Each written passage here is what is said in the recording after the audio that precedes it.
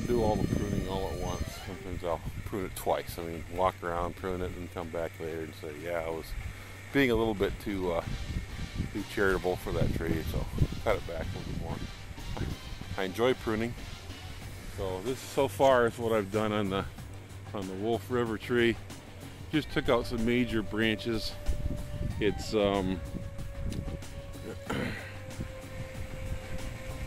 it's pretty open as it was, so I think that'll do for now.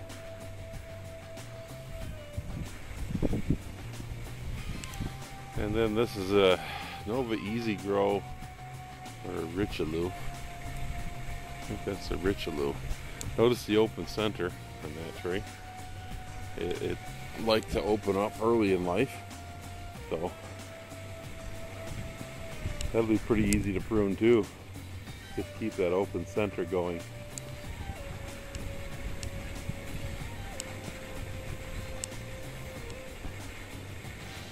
I try to keep the limbs up, growing upward and out.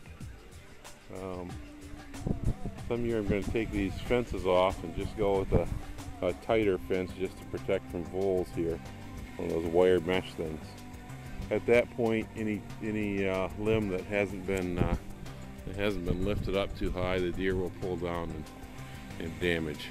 Right now, the limbs get held up by the fencing, but a lot of times it scars the branch a lot as the wind blows, and it turns most the bottom of this branch here. It's scarred a little bit. So I don't want the limbs to be damaged by the fencing. So I'm going to prune this one up. I pruned what I could reach around the bottom. I left some of these suckers. These are for cyanwood, so I'll get them a little bit later. It's only February and I can't graft until beginning of May maybe. So I don't know how many people might want some cyanwood. So I leave a few suckers on the tree just in case I need to come back for some cyanwood. I can't reach much higher than about here. So the top of the tree is going to have to be pruned with a handle pruner, a long pruner, or I'm going to top the tree and bring it down a little bit.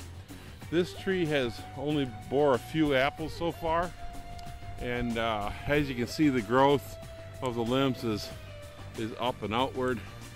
If it has apples this year, a lot of these branches are going to start getting pulled down, and that's what I'm waiting for. Let them get pulled down, open the tree up a bit.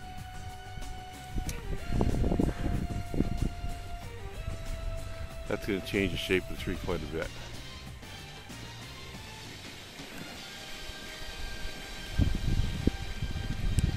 Probably hard to see that tree with all the trees in the background, unless I keep moving it. Let's see, which one we'll go to next. That one's pretty open already. I'm going to need a pole pruner to get these. I'll do this one. This is the Richelieu. This one, when it was young, it had a borer attack it, bored in, killed the top of the tree. So it's a little bit odd shape. Okay, here we go. After the central leader was cut off due to a borer that killed it, I pruned the tree into more of an open center, 3 main limbs.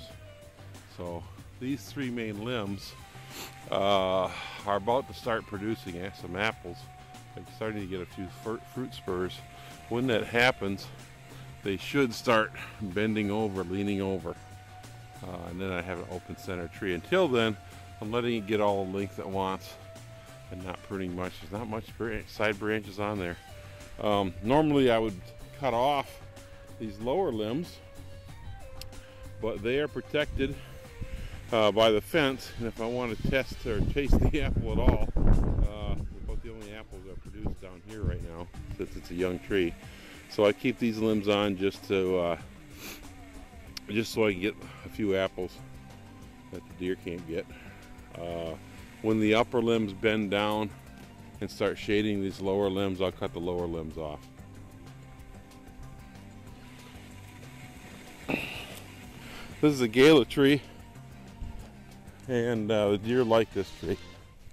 The root systems aren't real strong out here in the sand. I mean, they can be tipped over, so the deer reach up, grab a branch, pull it down, and tip the whole tree over. So I usually have to rope this tree or wire it up, guy wire it up. Here's a good example of what I mean letting the limb or pruning the limb to grow up and out as the weight of the apples pull this limb down like this. The tip goes farther and farther downward. So you prune to a branch going upward. So as it bends down, we still get some upward growth. As that bends down even more, you prune off this one. Something similar, although it maybe be out here by then. I wish I could grow